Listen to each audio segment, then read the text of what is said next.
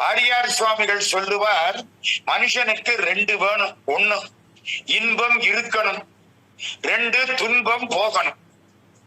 இன்பம் வேணுமா திருச்செந்தூரை கும்பிடு, துன்பம் போகணுமா பழனி ஆண்டவனை கும்பிடு. இன்ப ஆக்கத்துக்கு திருச்செந்தூர், துன்ப நீக்கத்துக்கு பழனி. வாரியார் சாமி அந்த ரெண்டையும் முக்கியமா சொல்லுவார். 6 படை வீட்டுல இந்த 2 படை வீட்டுக்கு அவ்வளவு சிறப்பு. திருச்செந்தூர் கடல் ஆழம், பழனி மலை உயர்வு.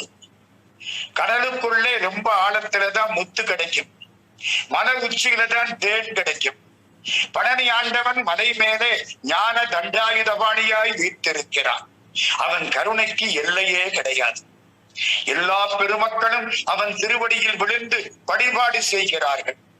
அந்த பழனிக்கு என்ன பெருமை, அதிசயம் அநேகமுற்ற பழனி மலை என்று நம்ம அருணகிரிநாத சுவாமிகள் 15ஆம் நூற்றாண்டிலே பாடுகிறார். இப்போ நம்ம வீடுகளுக்கெல்லாம் பழனி ஆண்டவன் எழுந்தருள்கிறார். கிட்டத்தட்ட 5200 ஆண்டுகளுக்கு முன்னால் கலியுகம் தொடங்கக்கூடிய சமயம். யுகங்கள்ல 4 யுகம். முதல் யுகத்துக்கு கிருத யுகம்னு பேர். கிருத யுகத்தில எல்லாரும் நல்லவங்க. தெருவில் எத்தனை ரூபாயை போட்டாலும் யாரும் எடுக்க மாட்டாங்க. கிருத யுகம். அதுக்கப்புறம் வந்த யுகத்துக்கு திரேதா யுகம்னு பேர்.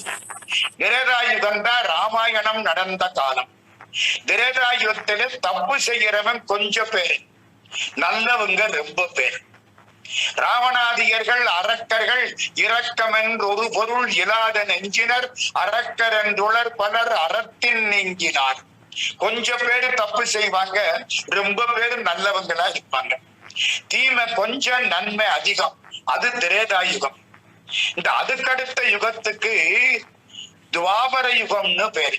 அதான் கிருஷ்ணாவதாரம். துவாபர யுகத்திலே மகாபாரதம். 100 சொச்சம் பேரு கௌரவர்கள்.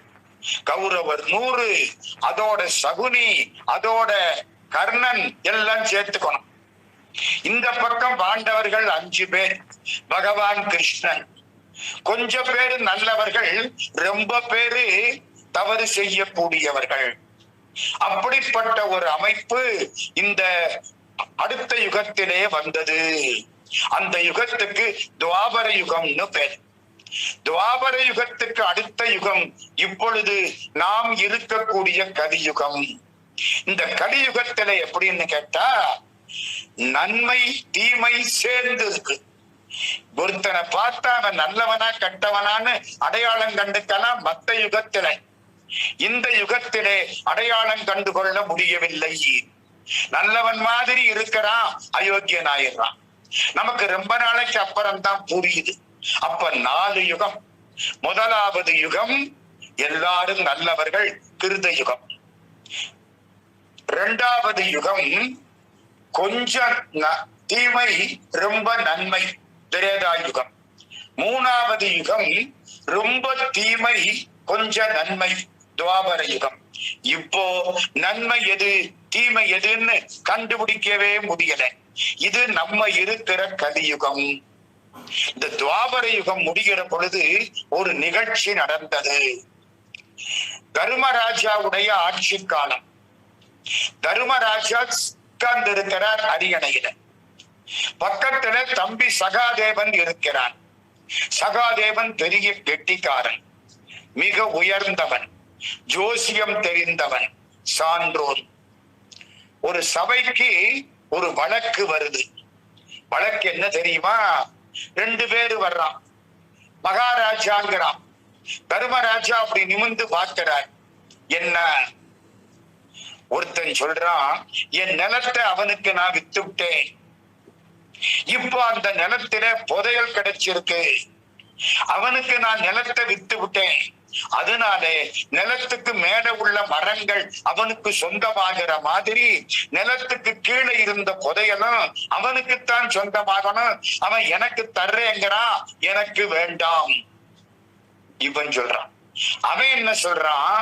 நான் நிலத்தை தானே வாங்கினேன், நிலத்துக்கு கீழே உள்ள புதையலையுமா வாங்கினேன், புதையலுக்கு பணம் கொடுக்கலையே, அதனால புதையல் எனக்கு வேண்டாம், அவனே வச்சுக்கட்டும். இது எப்படி இருக்கு? நமக்கு ரொம்ப ஆச்சரியமா இருக்குல்ல. அதான் அந்த யுகம் துவாபர யுகம் நமக்கு வேண்டாம். இப்ப என்னடா பண்றது ஒண்ணும் புரியல. சகாதேவனை ஒரு பார்வை பார்த்தார். சகாதேவன் என்ன தெரியுமா சொன்னா, அண்ணா நாளைக்கு காலையில 2 பேரையும் வர சொல்லுங்க. சரி, வாய்தா வாங்கியாச்சு, நாளைக்கு காலையில வர வேண்டும். மறுநாள் காலையில 10 மணிக்கு 2 பேரும் வந்தாங்க. ஒருத்தன் சொன்னா, மகாராஜா நேற்று ராத்திரி 12 மணிக்கு எனக்கு ஒரு சிந்தனை வந்தது. என்ன சிந்தனை வந்தது? நம்மளோ நிலத்தை வாங்கிட்டோம், வாங்கிட்டா அதுக்கப்புறம் நிலம் நமக்குத்தானே சொந்தம். மேல இருக்குது கீழே இருக்குது எல்லாம் நமக்குத்தானே சொந்தம். அதனால நிலத்தை வாங்கின நான் புதையல நானே எடுத்துக்கிறேன். அவன் என்ன சொன்னா, வித்தவன் நான் நிலத்தை தானே வித்தேன், புதையலையுமா வித்தேன், அதனால புதையலை நான் எடுத்துக்கிறேன். உனக்கு எப்படா இந்த சிந்தனை வந்துச்சு? ராஜா கேட்டார். நேற்று ராத்திரி 12 மணிக்கு வந்துச்சு. சகாதேவா, அது என்ன இந்த 12 மணிக்கு 2 பேரும் மாறிட்டாங்க? நேற்றுக்கு சொன்னது அப்படியே மாத்தி சொல்றாங்களே. நேற்றுக்கு யோக்கியனா பேசுறாங்க, இன்னைக்கு அடுத்தவன் சொத்து நமக்கு வேணும் என்ற எண்ணத்தோடு பேசுகிறார்கள். இந்த சிந்தனை இவர்களுக்கு ராத்திரி 12 மணிக்கு வந்திருக்கு.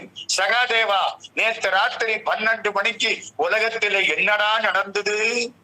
சகாதேவன் சொன்னான், அண்ணா நேற்று ராத்திரி 12 மணியோட துவாபர யுகம் முடிஞ்சு கலியுகம் தொடங்கி விட்டது.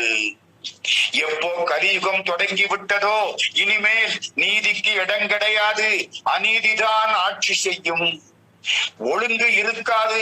இது கலியுகத்தின் தர்மம்.